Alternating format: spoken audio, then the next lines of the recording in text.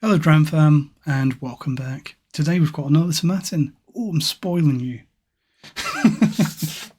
It's the other entry-level Tomatin. So we looked at the rather excellent value, I think, Tomatin double cask, which has popped up in the last few months. Today we're looking at the Tomatin Legacy, which is kind of what has been replaced by the new double cask in supermarkets. I don't think that they're going to discontinue this because it is a very different thing, but you never know. If you like this one, maybe get a couple of bottles.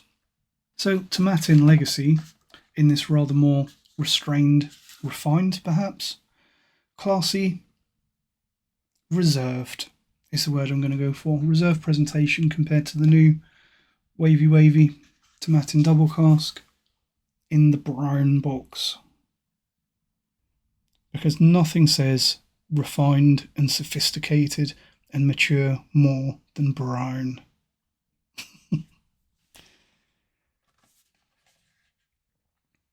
Little gump on there. You can pause that and have a read if you want. Probably the important thing that everyone's going to be looking for on this one is the age statement, of which there is none, because it is a no age statement whiskey, and it does say Mitfarbstoff on it. So again, this is a whiskey which has artificial colouring. But at the price that this sells for, which on offer is probably below £25 if you're lucky, we're potentially willing to turn a blind eye to that. Tomatin Legacy was introduced quite a few years ago now. It's been around for a long time as Tomatin's cost-effective no-age statement release. Basically, instead of the age in the sherry casks that you get in the 12-year-old, we get slightly young spirit and a little bit more active oak to compensate. It's kind of a little bit of a trade-off, cheaper to make, quicker to make, but still meant to carry that Tomatin style. And I don't mind things like this. I think that I understand that whiskey distilleries are businesses, and if demand is outstripping supply, they need to do these things to try and fill demand. Because if they don't get enough bottles out there, Springbank, people are going to look elsewhere. I know I have. I have not bought any Springbank in many years because it's a pain in the arse to get, so I've moved on to things which I can get. Because I'm not stupid and I don't like being ripped off at auction. Rant over. This is Tomatin Legacy. It's not a Springbank review, it's not a Springbank rant. Although between you and me, there may be a Springbank review coming soon. I've never reviewed any to this date because it's just unobtainium, but that may be about to change. So yeah, no age statement releases. I can understand why they do it because it's keeping them in the market and it's keeping their customers going back to them rather than going for something else. And it's probably the better of two evils, the lesser of two evils, should we say, that they release things like this rather than just jacking the prices up or just letting it go completely out of stock. Of course, there are some no-age statement releases like Founder's Reserve that have rightfully earned our disapproval, but this one here and some other no-age statement whiskies, if they're cheap and honestly made, they have their fans, and I think they have their place too. Price-wise, full price this one sits in the low 30s, which itself is not too bad these days, but here in the UK you'll often see this on offer in the low 20s, which makes it a very budget-friendly entry into Tomatin. So let's get some in the glass and see what we've got. I think I did mention that this stuff it's matured in bourbon and virgin oak casks, and it's 43%, so same ABV as the 12, but they've basically swapped the sherry casks for assumedly cheaper virgin oak casks. Doesn't actually say if they're first fill virgin oak casks. I think a lot of us used to assume that virgin oak meant what it sounds like. It is a fresh cask that's never seen any spirit before. We've been proved wrong lately. There's been a few whiskies released in the last few years where it's been refill virgin, obviously implying that it's refill whiskey. So in the case of English whiskey, it's a virgin oak cask that's been used for English whiskey and then used again. Doesn't say if they're first fill or refill on this, but the implication is obviously that it's fresh oak. And you probably want that fresh oak to compensate for the assumed lack of age on this one. Must be said that I am not the world's biggest fan of active oak at all. I think that, especially in the early days when people were first using quarter casks and virgin oak, a lot of them, it was like sucking on the end of an old pencil. It was just tannic and planky and crap. But I think over the years, I think distilleries have started to get the hang of extra active casks. And we're seeing some things now where it's really starting to gel. So Tomatin Legacy, this is the unnatural colour that they've given us. Who cares? On the nose. Fruity, but not quite as vibrant as the Tomatin 12 or the Tomatin double cask. It's really a little bit more flat, and it just doesn't jump out at you as much. It's very much more reserved. Rather than the green apples and gooseberry and rich, vibrant sherry that I was getting on the double cask, this one is more red apples, a little bit more reserved, and a little bit of a note of lemon squash. So not even lemon juice, lemon squash. It has a maltiness though. Not as bright as the other Tomatins, but it has a bright lemony maltiness, which I think honestly is probably going to be a bit of a shock if you're used to the softer Tomatin character. This is a little bit more sharper and a little bit more austere and bracing perhaps, despite not being quite as vibrant. Potentially controversial opinion, because I know that Tomatin Legacy has a lot of fans, a lot of people really like it, and for good reason, because what you get for the price is really good. But I think that this one is quite different to the normal Tomatin house style. It is not what a lot of people are going to expect if they're used to other Tomatin expressions, which is not necessarily a bad thing, but there are surprises in store potentially. Surprises and potentially disappointment. Quite buttery on the nose, buttery vanilla, and a little bit of a freshly baked bread quality, which I think is probably coming from the malt and also that active oak. This fresh, doughy bread is something that you can get from virgin, very active oak. Something that I actually quite like, aside from that very active, slightly dusty, slightly planky oakiness, which this definitely has, there is a note in there that really reminds me of like, and this is probably a very Brit-centric tasting note here, bread and butter pudding. That creamy, bready, slightly lactic sultana note. I really like bread and butter pudding. It's something that you don't see enough of these days. And all the Americans are thinking, you what? I'm assuming that bread and butter pudding is probably one of those beige foods that only British people eat. It feels like it is. Gentle oak spice in there, but also a little bit of that raw carpentry shop plankiness. I think that if you like direct oaky whiskey, but also still with a fruity backbone, this definitely has that and you'll probably like it. Although personally, I don't always find myself enjoying that amount of raw oak. Although I have had worse.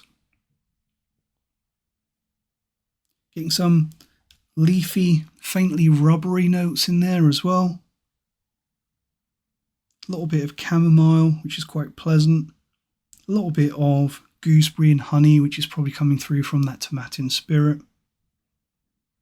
Honey and elderflower cordial. I do find it interesting that all of this fruitiness is still coming through on this Tomatin, which doesn't, as far as we know, it doesn't have any sherry. We're not told that it does. It's heavily implied that the sherry has been replaced by the virgin oak, but it still has a lot of fruitiness coming through, which, if you were a Tomatin 12 drinker, you could easily assume is coming through from that sherry cask, but here it would appear that it's not. So really, hats off to Tomatin for having such a wonderful fruity house style. All of that fruitiness coming straight off the stills. Let's have a sip and see what we've got on the palate.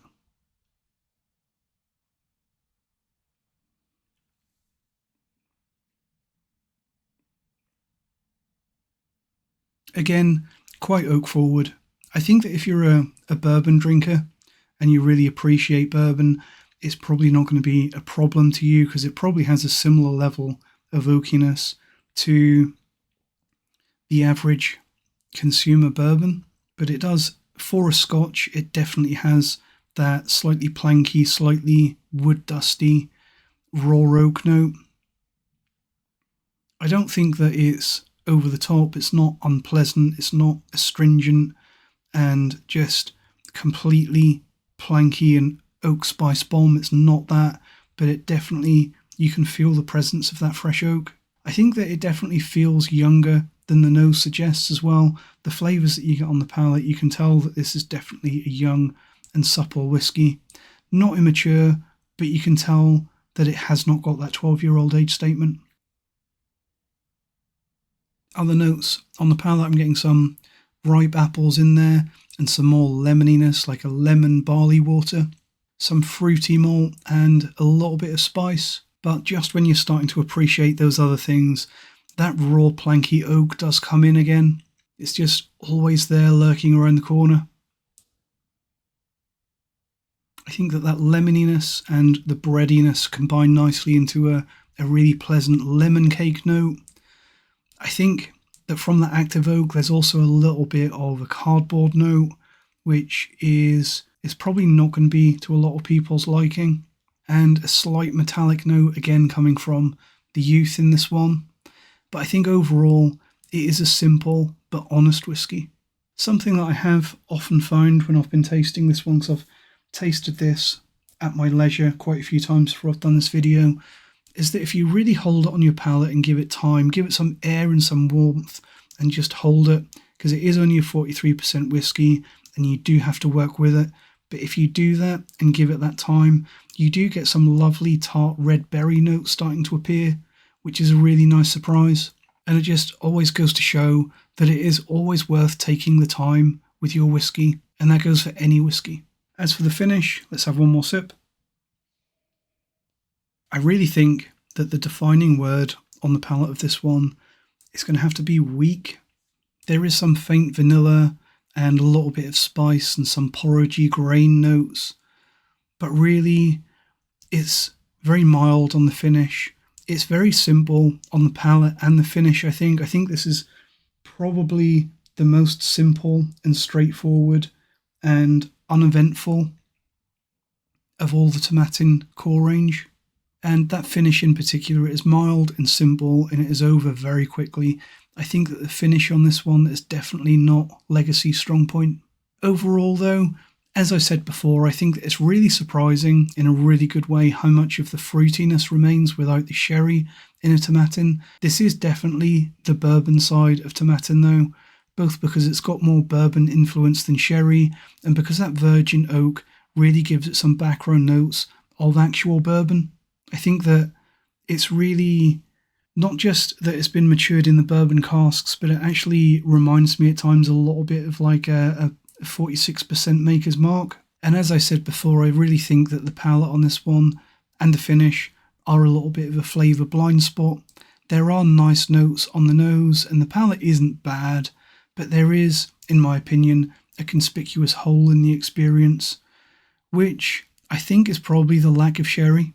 And perhaps a little bit the overbearing nature of that raw oak too. It is, in my humble opinion, and it's just my opinion, a little bit of an elephant in the room, but I think that it's still a decent, honest whiskey, and for a great price. It has really got me thinking though, especially when I've been tasting this and comparing it to the 12 and the double cask, and comparing the double cask to the 12, and I've been trying to do a little bit of comparative tasting and trying to pick out the differences and what I like more and less about the three. And I think that this really highlights well the danger and actually the shortcomings sometimes of comparative tasting. Because if you taste the double cask and then Legacy, it really makes Legacy seem bland because it doesn't have that wonderful character for sherry. If you taste Legacy, then double cask, it makes double cask seem a little bit weak because it is that little bit lacking in ABV. And I think that neither of those judgments are entirely true and fair, especially in the case of double cask, which despite that low 40% strength, is probably the better whiskey out of these two, in my opinion. But I think that it's been a very good reminder to me that comparative testing often craps on whiskies that have a severe disadvantage in some areas. And I don't know if other people find this, but I think sometimes you just have to enjoy a whiskey in isolation for what it is. I think if you're always doing an A-B comparison, sometimes the baby gets thrown out with the bathwater. You sometimes lose something in that process. Regarding Tomatin Legacy though, I was a bit surprised by this one because between buying it and opening it, I'd actually forgotten that I'd read on the box and obviously seen in other people's reviews that it is the virgin oak treatment of Tomatin. So the raw planky oak was a little bit jarring to me and my generally Scotch whisky and English whisky sensibilities, and it was very unexpected compared to the 12 and the double cask. It does still retain a surprising fruitiness though, which if we're assuming that this has no sherry, is an utter credit to the Tomatin house style and that wonderful complex and fruity spirit that they produce. All in all, I think that this Tomatin Legacy, it's not quite to my tastes. I think that it has its strengths, and affordability is one of them, because it does matter. Most of us have limited funds, but it does have its strengths, and it has some really good flavours. It's a really quality, honest, just decent whiskey that you can get for not very much money. And all in all, I think that it's a great value, humble dram that shows how underappreciated Tomatin is. Although, it must be said that you can do better, even within the Tomatin range. Just my opinion. Because it is a good one. I'm not sad that I bought this. Between you and me, I got it on offer in a UK supermarket, and I think it's about £23, which is crazy value for what you get in the bottle of this. Just don't pay full price. Recommendations of other things that this is like. I think that if you enjoy this and you want to branch out, and if you want something which is a little bit better presented and a little bit more bold, I would actually recommend Waterford. That bottle of Waterford that I had recently that I'm still working my way through and really enjoying. I think that there's some similarities between the sharp profile of this and the slightly, not basic, but straightforward profile that you get in that Waterford, despite all the cask circus that they do. I think that there's some crossover between the two, and you'd probably appreciate a Waterford. And my new favourite, Kingsbarns Ducot. I think that if you like light, fruity whiskey, especially if you like a good boost of sharpness in your light and fruity whiskies, then I think that coming from this, Ducot is probably another good one to try next. Probably Arran 10, and obviously Arran 10 has some sherry in it. Not a huge amount, but it has some. But for that more rounded fruit and malt profile, I think coming from this, Arran 10 is another good one. And lastly, I think Deanston. It is criminal that I've not done a proper review of any Deanstons yet. I've done a few in advent calendars, but no proper reviews. But I think that if you like this, then either the 12-year-old Deanston or the Deanston Virgin Oak, if you like that raw, woody edge dialed up, I think that they're great ones to move on to as well. So I think that's about all I have to say about this one. Let me know what you think about this one if you've had it, and I'm sure that probably most of you had, because it's been around for years and years, and it is not remotely a secret in the whiskey world. Let me know your thoughts. What do you like about this? What do you not? And how do you think it compares to the other Tomatins? Look forward to hearing from you. That's all from me. Thanks for watching, and cheers.